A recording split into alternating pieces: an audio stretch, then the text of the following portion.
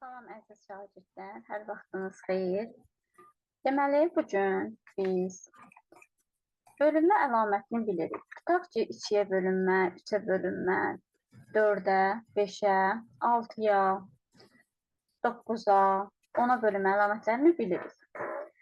Biz bəs sınaqda düşər ki, aşağıdakı ədədlərdən hansı 11-ə qalıqsız bölünür? Bunu bilmək üçün biz nə etdik? Tutaq ki, bizə bir ədəd verib. 1672.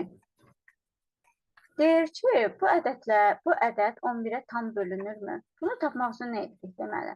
Uşaqlar, bir ədədi, bu ədəd sonuncu ədədi özündən əvvəl gələn ədədi sonra gələn ədəddən çıxırıq. Yəni 7-dən çıxırıq ikisini, alırıq 5. Bax, bu 5 deməli mənə bunu verdi. Sonra 6. Yazırıq ki, 6 minus 5 bərabərdir 1. Baxın, bu 1 mənə buranı verdi da. O kişi buranı verdi. 1-i aldı. Bu 1-dən də 1-i çıxsaq bərabərdir 0. Nəticədə 0 alırıqsa, deməli bu ədəd 11-ə tam bölünür. Yaxşı. Sonra deyir ki, tutaq ki, başqa bir ədəd verib bizə, başqa bir ədəd verib. Deyir ki, baxın, bu 11-ə bölünürmü? 2, 3,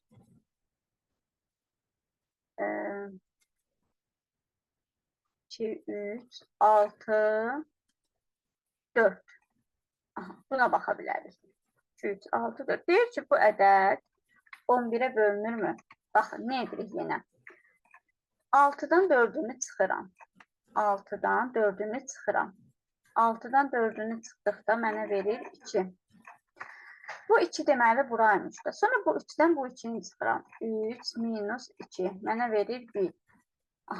Buradan bura qədər də mənə 1 verir. Sonda nə qaldı? 2 minus 1 bərabərdir 1. Bax, gördünüz, qalıq qaldı, 1 oldu. Nəticə 0 olmadı, 1 oldu. Deməli, bu ədəd 11-ə bölünmür. Bu bölündü, bu isə bölünmədi.